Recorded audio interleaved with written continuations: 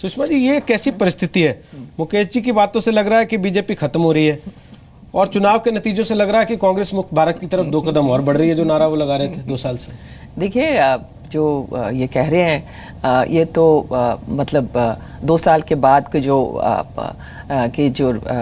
Assessment जो है वो अलग बात है, लेकिन ये जो चुनाव है ये अलग बात है। अगर आप असम में देखें, तमिलनाडु, पुडुचेरी वगैरह, और असम में अगर आप देखें तो इस वक्त अगर बीजेपी आगे चल रही है तो इसका मतलब ये है कि जो नरेंद्र मोदी और नरेंद्र मोदी सरकार की जो नीतियां हैं इस पे सब लोग उनको लगता है कि इस पे कुछ अच्छाई है और इसमें कुछ उनकी जिंदगी में कुछ फर्क है। हाँ, इसमें हर प्रांत में अलग अलग रीजनल जो प्रॉब्लम्स हैं वो अलग है, असम की अलग हैं। और जैसे आपने इन्होंने कहा धूप छांव होता है, इस वक्त मेरे ख्याल में कांग्रेस की जरा छांव का वक्त है, धूप नहीं आई है, थोड़े दिनों के लिए धूप शायद बाद में आ जाएगी, लेकिन इस वक्त तो थोड़ी सी छांव है। उन्होंने गोलमोल शब्दों में उस बात को मान लिया। बिल्कुल, बिल्कुल जी।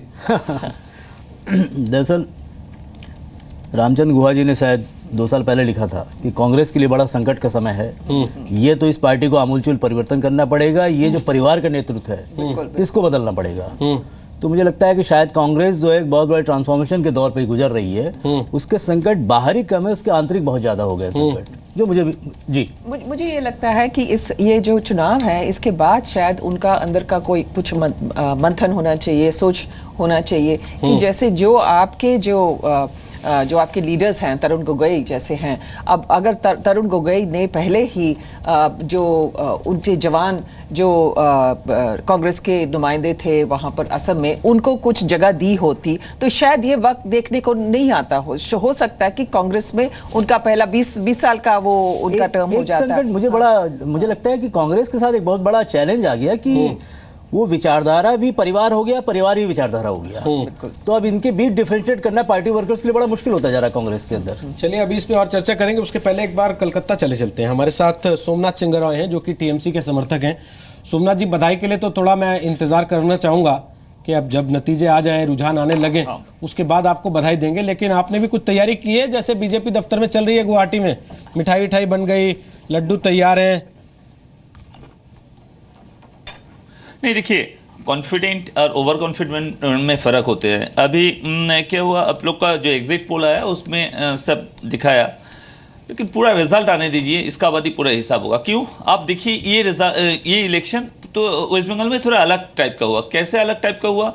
बीजेपी पार्टी फुल ट्राई किया बंगाल में उसका सीट बढ़ाने के लिए, और दो अलग मेरुकरण था, कांग्रेस और सीपीएम, जो इतना दिन एक दूसरे के अगेंस्ट लड़ा हुआ है, जो केरल में भी लड़ा हुआ है, ये एक साथ होकर तृणमूल कांग्रेस को यहाँ से हटाना की कोशिश कर रहा था। तो ये इलेक्शन पूरा इंडिया के लिए एक अलग इलेक्शन है। कभी भी आज तक सीपीएम और कांग्रेस एक साथ कहां पर भी इलेक्शन इकट्ठा होकर नहीं लड़ा। ठीक, तो इसलिए हम लोग भी देखना चाहता हूं। सोमनाथ जी, 5 years थोड़ा सा रोक रहा हूं। सर्वानंद सोनोवाल है, गुवाहाटी में बात कर रहे हैं मीडिया से, उनकी बात सुनवा दें। सर 5 घंटा সকলোবিলাক সম্ভৱ কৰি তুলিব পাৰে। सर 5 ঘণ্টাৰ পিছত ফলাফল পোহৰলৈ আহিবই, কিমান আসন পাম বুলি এতিয়া ভাবিছা বুলি? আমাৰ পূৰ্বৰ পৰা কৈ আছে, আপোনালোকে ভোট গণনা আৰু কিছু সময়ৰ পাছতে আৰম্ভ হ'ব, কেইঘণ্টামান অপেক্ষা কৰক। सोनोवाल मीडिया से बात कर रहे थे, अब से कुछ सेकंड बाद ये पता चल जाएगा उन्होंने क्या क्या बातें कही हैं। लेकिन इस वक्त एक खबर जो आ रही है पहली, वो ये कि पहला रुझान केरल से आ गया है और पहला रुझान एलडीएफ के पक्ष में जाता हुआ दिखाई पड़ रहा है। ये वोटों की गिनती शुरू होने के करीब 15 मिनट के बाद देखिए पहला रुझान आया है केरल से, और केरल में ये पहला रुझान एलडीएफ के पक्ष में जाता हुआ दिखाई पड़ रहा है।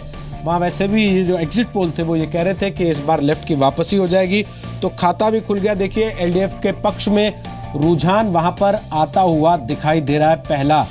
हालांकि अभी कुछ सेकंड आप और इंतजार कीजिए, कुछ मिनट और इंतजार कीजिए, एक के बाद एक तेजी से रुझान आने लगेंगे और तब जो है तस्वीर लगातार बार बार अपडेट होती है। अमन सिन्हा हमारे साथ यहाँ स्टूडियो में आ गए हैं, सुप्रीम कोर्ट के वकील भी हैं, बीजेपी के प्रवक्ता भी हैं। राष्ट्रीय स्वागत है अमन सिन्हा आपका। आज अच्छे से तैयार होकर सुबह सुबह घर से निकले हैं आप, कई स्टूडियो जाएंगे लगता है। आज तो सबके लिए बिजी दिन है और मुझे लगता है कि बहुत अच्छे परिणाम रहेंगे भाजपा के लिए। मुझे पूरा भरोसा है, विश्वास है रोहित जी कि जो 5 प्रदेश हैं इनमें भारतीय जनता पार्टी वोट के टर्म्स में भी अभी तक का अपना बेस्ट परफॉर्मेंस देगी। वोट और तो आपको सीट्स सर के एमसीडी में भी अच्छे मिले हैं, दिल्ली चुनाव में भी अच्छे मिले थे। और लोकतंत्र वोट में के आदमी साथ सीट जीतता है कि सर साथ वोट शेयर सीटों में भी जो है हम लोगों का इन 5 प्रदेशों में जो बेस्ट परफॉर्मेंस रहा है वो अभी तक का रहेगा। और असम में हम लोग स्पष्ट रूप से अपनी सरकार बनाएंगे। मुझे लगता है ऑन आवर ओन भी हम लोगों को मेजॉरिटी मिलेगी। और पश्चिम बंगाल और केरला में लोग ऐसा एक बीजेपी के ऊपर एक एलिगेशन लगाते थे कि आपका स्प्रेड वहाँ तक नहीं जा पाया है, तो वो उन लोगों को भी देखने को मिलेगा कि पश्चिम बंगाल और केरल में भी बीजेपी की परफॉर्मेंस अच्छी रहेगी। In terms of vote share तो काफ़ी अच्छी रहेगी और सीट्स भी हमें मिलेंगी वहाँ पे। और तमिलनाडु और पौंडीचेरी में हम लोग अपनी प्रेजेंस दोनों जगह रजिस्टर कराएंगे। तो ओवरऑल मुझे लगता है कि भारतीय जनता पार्टी का जो स्प्रेड है, लोग कहते थे कि नॉर्थ इंडिया की पार्टी है, ये जो चीज़ है एकदम गलत जो है देखने को मिलेगी आज के चुनाव परिणामों के बाद। क्योंकि भारतीय जनता पार्टी का जो स्प्रेड है और किसी भी पार्टी से कहीं ज़्यादा है आज के दिन में। और ये पार्टी अभी भी आप देखेंगे सक्सेसिव इलेक्शन में, जैसे मैंने कहा आज के भी स्टेट असेंबली इलेक्शंस में हम लोगों का वोट शेयर और सीट्स पिछले किसी भी असेंबली इलेक्शन से ज़्यादा रहेगा। और आज भारतीय जनता पार्टी का जो स्प्रेड पूरे देश में है, जिस तरह से फैली हुई है प्रधानमंत्री नरेंद्र मोदी जी के नेतृत्व में और अमित शाह जी की अध्यक्षता में, तो वो और कोई पॉलिटिकल पार्टी उसके आसपास भी नहीं आती है। और लोगों का व्यापक जन समर्थन पूरे देश के हर एक कोने से मिला है भाजपा को। चलिए, ऑल इंडिया रेडियो का ट्वीट मैं देख रहा हूँ। ऑल इंडिया रेडियो ने ट्वीट किया है कि लेफ्ट फ्रंट 4 सीटों पर आगे चल रहा है और कांग्रेस इस वक्त 1 सीट पर आगे चल रही है, यानी कि एआईआर के पास 5 सीटों का रुझान आ चुका है। हमारे पास 2 सीट के रुझान है केरल से, और वो बता रहे हैं कि इस वक्त लेफ्ट फ्रंट वहां पर आगे चल रही है। मुकेश नायक साहब, जो स्प्रेड की बात है, जो अभी अमन सिन्हा कह रहे थे कि हमारी पार्टी का स्प्रेड, जो लोग कहते थे कि यहाँ नहीं है नॉर्थ इंडिया से बाहर, उनको हमारी पार्टी का स्प्रेड दिखाई पड़ेगा कि हम दक्षिण भारत में भी हैं, हम पश्चिम बंगाल में भी हैं। पर सर, मेरा सवाल यह है कि ऐसे स्प्रेड का फायदा क्या, जब देश पे 60 साल राज करने वाली एक पार्टी को छोटी छोटी पार्टियों की आड़ में या सहारे लेकर खड़ा होना पड़े कि हमारी एग्जिस्टेंस को बचा लीजिए।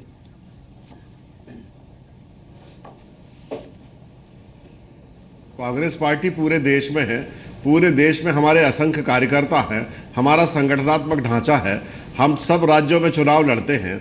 पांडिचेरी, केरल, तमिलनाडु और पश्चिम बंगाल में तो 2011 के चुनाव में बीजेपी के पास एक भी सीट नहीं थी, 0।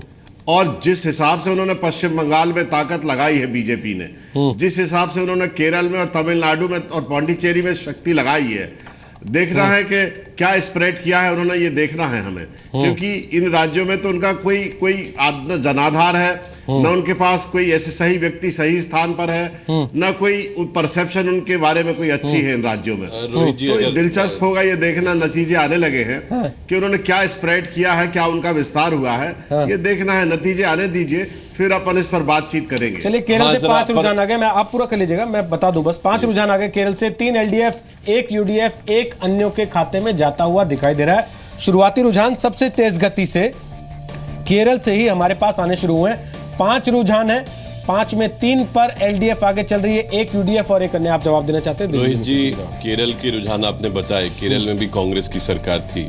ऐसा लगता है आपके एग्जिट पोल से भी आपने पोल ऑफ पोल्स किया था। और अभी भी जो रुझान आ रहे हैं, मुझे लगता है कि वहां पे कांग्रेस की सरकार जाती हुई दिख रही है। और जहां आसाम में एक और जगह इनकी सरकार थी, वहां पे भी जा रही है। कांग्रेस पार्टी का सफाया हो रहा है पूरे देश से, पर अपनी चिंता छोड़ के वो लोग भाजपा की चिंता कर रहे हैं कि भाजपा ने बहुत अच्छा प्रदर्शन शायद नहीं किया या नहीं करेगी। तो मुझे लगता है कि थोड़ा अपने में इंट्रोस्पेक्ट कर लें तो वो बेहतर रहेगा। और जहां तक भारतीय जनता पार्टी का सवाल है, हम लोग 2014 के बाद में जो मोमेंटम है उसमें गेन किए जा रहे हैं। और मुझे नहीं लगता हमें कांग्रेस पार्टी की सर्टिफिकेट की आवश्यकता है। और जैसे मैंने कहा कि जिन क्षेत्रों में ऐसा कहा जाता था नॉर्थ ईस्ट में भारतीय जनता पार्टी का वर्चस्व नहीं है, आज आप देखने जा रहे हैं कि आसाम में भाजपा की अपने बलबूते पे सरकार बनेगी। तो ये सब जो है बहुत एक मतलब ऐतिहासिक परिणाम होगा। और मुझे लगता है कांग्रेस अगर अपनी चिंता कर ले तो उसका ये हश्र नहीं होता। वो भाजपा के ऊपर ही लगी है कि भाई भाजपा उतना अच्छा प्रदर्शन नहीं कर रही है। बड़ा अटपटा और बड़ा हास्यास्पद लगता है मुझे। सुषमा जी, आपको कुछ कहना है इस पर?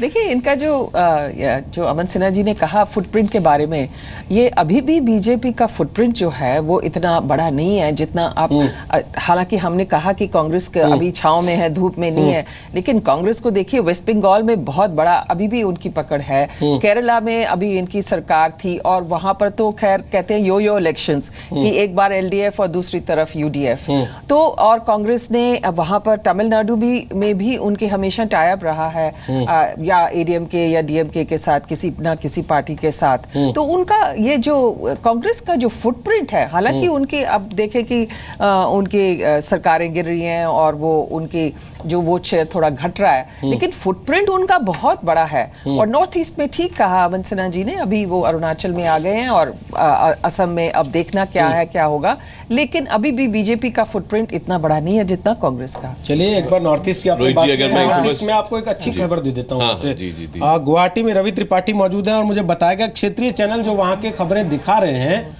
वहां तो बहुत ही तेज गति से नतीजे बताए जा रहे हैं, रुझान बताए जा रहे हैं और इतनी तेज है कि बीजेपी कार्यकर्ताओं ने शुरू कर दिया है वहां पे जश्न मनाना। क्या सच है रवि? जी बिल्कुल, देखिए रोहित दिखाना चाहेंगे, देखिए यहाँ पे लगातार जो है आप रुझान दिखाना चाहेंगे, जो लोकल चैनल है उसका रुझान है बीजेपी प्लस को 19 सीटें दिखाई जा रही है, जिसमें से 10 सीट जो है अकेले बीजेपी अपने दम पर है, 5 रुझान दिखाया जा रहा है एजीपी को और 4 जो उनके दूसरे सहयोगी दल को दिखाया जा रहा है, तो कुल मिलाकर 19 सीटों पर बीजेपी गठबंधन आगे दिख रहा है। जो रीजनल चैनल का रुझान है, तमाम नारेबाजी भी शुरू हो गई है, जो बीजेपी के कार्यकर्ता यहाँ मौजूद है सब एक एक करके, क्या लग रहा है खुशी हो रही है? नहीं, खुशी का माहौल और इससे ज्यादा खुशी आपको और थोड़ी देर बाद देखने को मिलेगी। जो हम दावा कर रहे हैं मिशन 84 जो हमने कहा था वो पूरा होगा। मिशन 84 बीजेपी के नारेबाजी धीरे धीरे हो रही है, लोग जो कार्यकर्ता हैं भारत माता की जय के नारेबाजी कर रहे हैं, क्योंकि जैसे जैसे सीटें बढ़ रही है रुझान के हिसाब से उससे उम्मीदें बढ़ रही है बीजेपी के कार्यकर्ताओं में और जोश भी बढ़ रहा है, लेकिन अभी भी इंतजार है, थोड़ा मन में डर है, इसलिए तमाम कार्यकर्ता अभी भी थोड़ी सी चुप्पी साध लेते हैं। हालांकि देखिए आपको स्क्रीन दिखाना चाहेंगे, रीजनल चैनल का स्क्रीन बार बार